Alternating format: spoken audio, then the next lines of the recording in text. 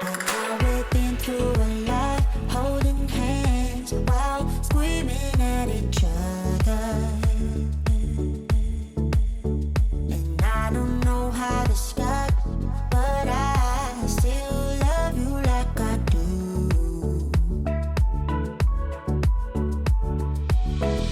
It breaks my heart, no text, no calls from you. Without you, could shake this off. You're not that tough with me. So run away with me, come home with me tonight. Run away with me, it'd be worth the time. Run away with me, I'll make you feel alright. Run away with me, and I'll be good this time around.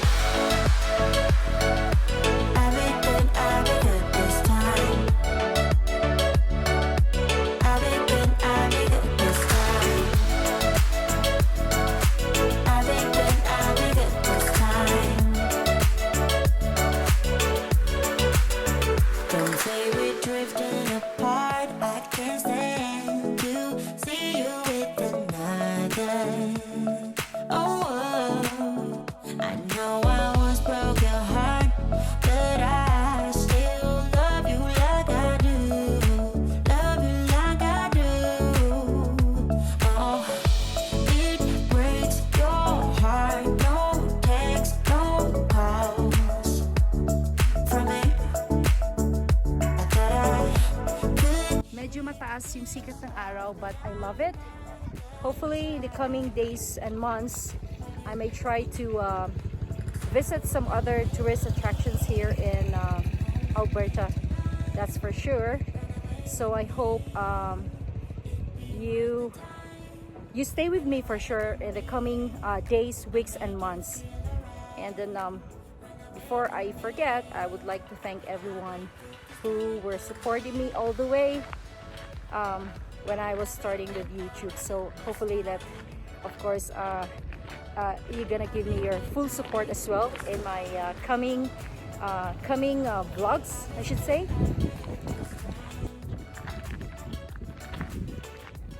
Because of this pandemic, right? So we just can't squeeze in. Like if you want to go in one place, kasi if there are people around, or nga pag nandun na rin sila, hindi ako sumisingit kasi you know what, any outdoors in here, I don't find like only few people who are wearing the mask. So yan, or okay, good thing. Ayan. Okay, so pwede tayo dito. Kasi doon may tao. So dito na lang ako, di ba?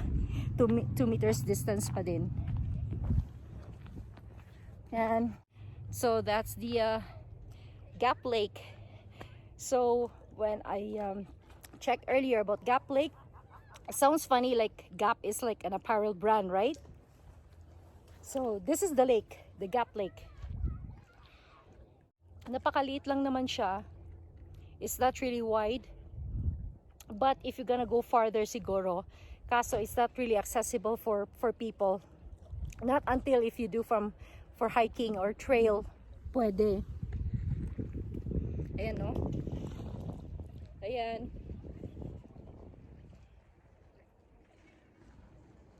Anybody who wishes to come here, especially on the good weather. So if you have your boat with you or any water sports, so have it with you when you come here. And then in advance, like try to bring some food, like for you can do picnic, or for over here for the whole day. Yan, may mga nagpi-picnic. Pero kami kasi, wala kaming sadya for picnic whenever we go out. Kasi it's just more on pasyal lang talaga.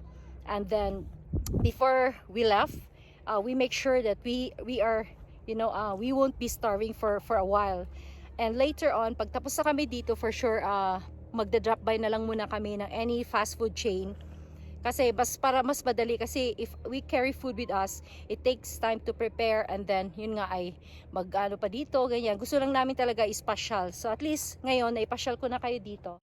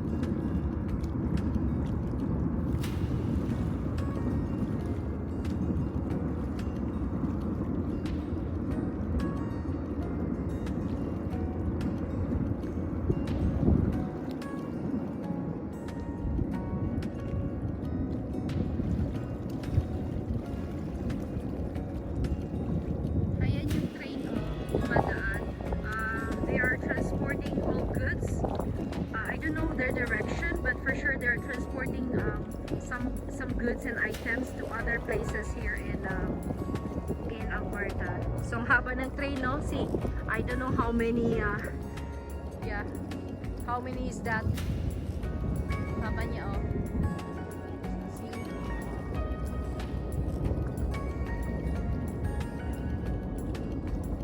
Yan. Okay. So I don't know how many minutes na ano yan siya magtatagal. Depende sa haba, but I think medyo matagal-tagal din siguro yan. Let me just get down kasi nandito ako sa taas eh. So, yan, bababa tayo from here. Ayan, na-capture natin. Hindi pala siya ganun kahaba. So, most probably, kung bibilangin ko siya, that's the tail of the train. Yan o, tail ng train. I always do like roughly estimate lang. Yan. Yan yung train. So, nandun na siya. Most probably, siguro kung bibilangin ko, about maybe 100. Yeah, 100 siguro. But meron pa ding mas mahaba dyan that will take 15 minutes. Na, ano, yung hanggang sa buntot ng train.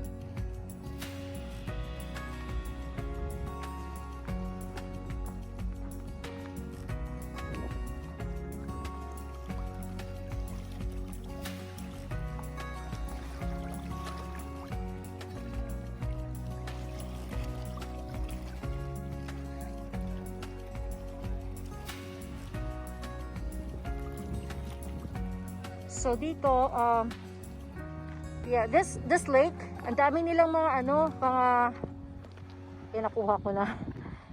Meron silang mga picnic tables.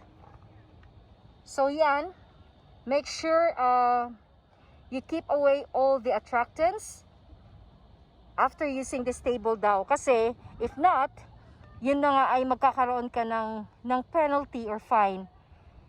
So, sinasabi dyan, yung attractants include coolers, food, beverages, toiletries, pet food, garbage, recyclables, and other scented materials. So, yun nga, at any time, pag natapos mong gamitin yung picnic site, just make sure all attractants must be taken with you or stored in your vehicle. Kasi pag hindi, conservation officers will remove unattended attractants if they are not stored correctly. An enforcement action may follow. So, kailangan nating sumunod talaga, no? Once this table, it's like it's free of charge. Yan. Kaya marami na rin may dala-dala na sila nila. Punta tayo dun sa sa kabilang sa site. Tinuloy ko pala, sorry. Nagdagdag ako eh. Yan, dala-dala nila yung pang-paddle nila, oh. Yan.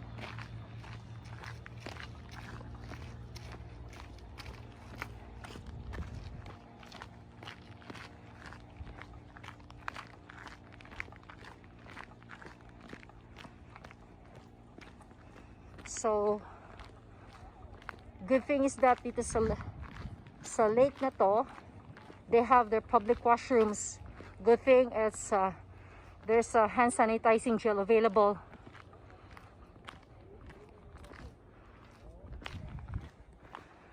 And then there were a few tables that side. Then just keep a note with you all the time. You see? So parking is just only this side.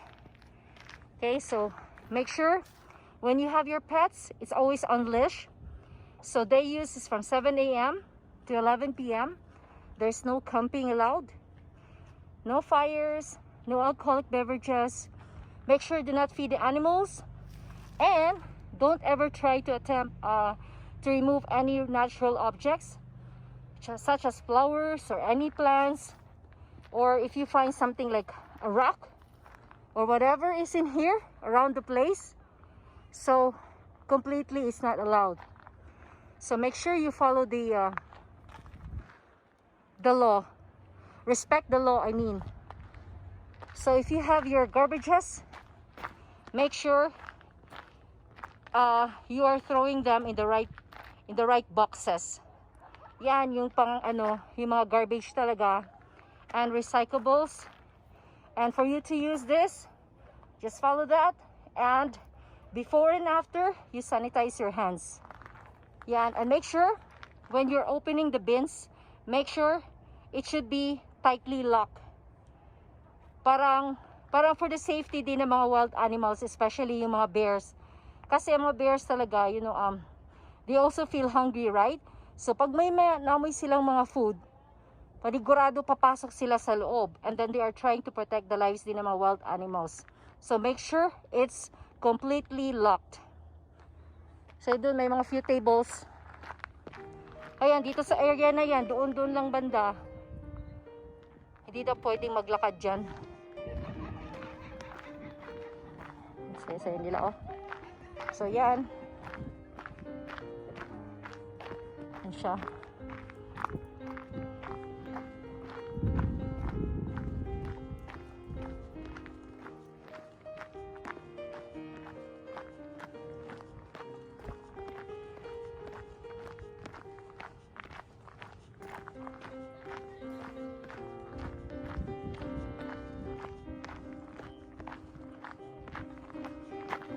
Yan, may nag-ano sila, oh. Nagba-barbecue o nag-grill. Yan, same thing talaga din sinasabi. Hindi tayo pwedeng pumunta dyan. Yan ang mga picnic tables, oh. 1, 2, 3, 4, 5 this side. And there were a few dun sa kabila. So it's a family day. Maraming mga tao dito. Kaya may nag-fishing din. But of course, if you will do fishing, make sure you have the certificate or permit to do fishing here in the lakes and rivers. You just can't fish at any time. Of course, make sure you have the paper or the permit to do fishing. Yan ang bango na, oh. Nagba-barbecue sila, para nagba-barbecue ng ribs or yan, ang bango. So yan, gusto ko sanang pumunta doon, but there are people and they are occupying the place na. Yan, oh. May dala silang aso. Yan. So yan na, nagugutom na tuloy ako kasi nagba-barbecue sila, oh. Yan, oh. Yan, nagba-barbecue.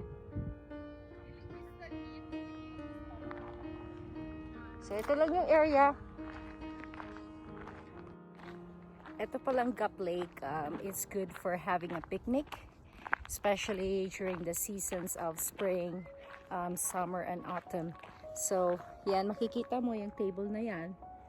And it's not just only one table is available here, but there's a few. Kaya makikita mo sa dun banda, there were like 1, 2, 3 tables. So, it's gonna be like a family or solo table, right? Para makapag-picnic, and then you can carry along with you if you wish to do like kung gusto mong magluto, di ba? And then you can do also like fishing kasi may lake. So that's actually the Gap Lake down here in a Canmore, Kananaskis. So this is one table which is available. At sinasabi dyan, keep a bear-free site. So anytime na you leave your picnic site, all attractants must be taken with you or stored in your vehicle. So, ayan, it's one way of saying na if you're gonna use this table, just make sure it's free from any yung grease or anything with food, right? Kasi at any time, kasi pag ang odor or yun nga, yung amoy ng pagkain, it's very attractive for wild animals, especially yung bear. Kasi dito sa Alberta, it's a country of bears, so they are trying to protect you as well, diba? So we just have to abide the rule, okay, from the government of Alberta. So it's managed by Alberta Parks. So for now, it's a Saturday here in Calgary, in Alberta, I should say, because I'm no longer in Calgary. I'm in Canmore right now. Yan. It's a beautiful spot.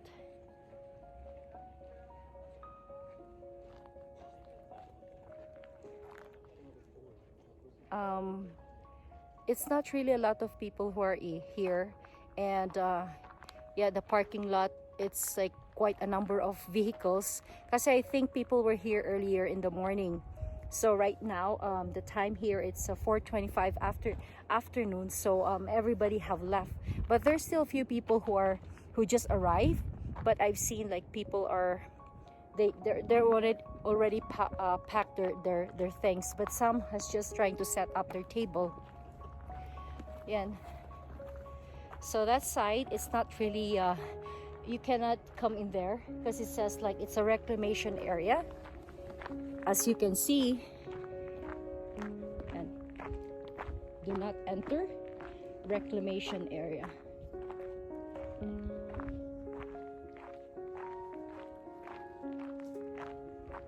See, may mga tables. Okay, I was wrong. It's like 1, 2, 3. So 5 tables pala ang nandyan. But 2 tables are available. And plus 1 there. And then I have seen people from the entrance. May mga tables nandun. So for everybody to know, we are already in the spring season. But fortunately, by tomorrow, it's gonna be a snowy Sunday, and then Monday is going to be a better day. But we never expect nga magiging may snow. But you know, we are in Alberta, so accepted na rin namin yung pag-change or pag-switch ng weather. Ito na yung parking area. And napakaliit lang din yung space. So but if in case this place like full, pwede namang makapag-parking along the side. So but for now so it's not really full. But since it's a weekend in here, so may mga taong nagpipiknik. And then dun sa kabila, there were people doing the boating as well. And I've seen like a few, like they carry their fishing rod for fishing. See, ang taas ng araw, see, taas. Napakataas ng araw. It's positive 18 right now. So we are trying to spend our time in here Saturday here in Gap Lake. Ito pupunta ako dito sa kabilang side. Ay, may tao pala. Pero dito lang ako. May tao dun. Ito lang. Yan.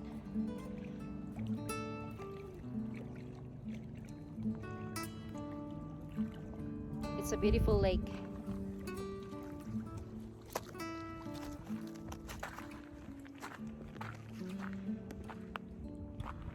Ayan wala pa siyang may buds. Siguro by next month may mga na to, may mga dahon na. Ito yung may berries, yan yan yung red. Ayan, yun yung kinakain ng mga wild animals. Pero may siya, mga tinik, yung thorns. Yun, nakakasugat din pala. Pero ito siya, yan, fruit, wild fruit. Mostly kasi especially kung may mga lake, rivers, marami talagang mga ganitong plants na they bear fruits. Yun yung mostly wild berries. So upo lang ako dito saglit, manonood. Sarap talaga, kasi I make sure talaga if there is like time, we mostly go to some places like this. Kasi from Calgary, pasyal-pasyal kami. And then yun nga ay para yung malayo sa sa ingay ba. Kasi during the week, Mondays to Fridays, it's all about work, right? It's always like rushing up, right? Busy with work, with so many things. But for weekend, we make sure we are out to be with nature. Ganda talaga. Yan, ganda na sikat ng araw. Matagal na rin ako hindi nasikatan ng araw. sa Tagal. Kasi di ba winter, taas ang araw. But if you gotta check the weather here in Calgary, mag-snow bukas, and then it's gonna be not really maging sobrang malamig, pero syempre di ba pag mag-snow, maging malamig na naman. Akala namin is tapos na yung yung snow, pero hindi pa pala. Kaya ngayon, pinili namin yung Saturday kasi bukas mahirap kasing mamasyal pag may may mga pag may snowfall pa. So tomorrow is a rest day, it's a Sunday. Yan. See? Tahimik lang talaga dito. Pasyal pag may time. At sana ay patuloy niyo akong samahan sa mga future travels, adventures ko dito sa Alberta. And also like I would just like to let you know na you can follow me in my Facebook fan page as Simply Eileen. Say I started like doing some live yesterday, and then in the future I will be doing more live as well sa Facebook ko. But for YouTube, I will do it once in a while, but I make sure in every week that we can go to places like this. May pakita ko sa inyo yung ganda ng Alberta for now, and we never know in the future, maybe we can go to some places also dito sa Canada.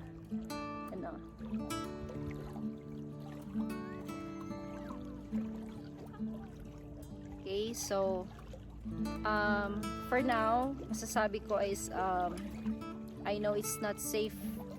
I mean, it's not safe right now to be out, but just always take care of yourself. Take care of yourself. If you love your family, you take care of yourself, and then just make sure when in a big crowd, except for if you're in outdoor, just wear your mask on and keep distance, right? And also sanitize. I always remind everybody to sanitize their hands as many as you can if you think your hands are to be free from any viruses. So I think I'm done over here, and we don't know, but after here we are where we are going might be baka mapasyal din dun sa kabilang side, kasi ito lang naman yung lake, yan lang naman siya, ganda din. So just keep me company in my future videos. Okay, thanks everyone for all the support. Then always stay safe, God bless, and see you in my next video.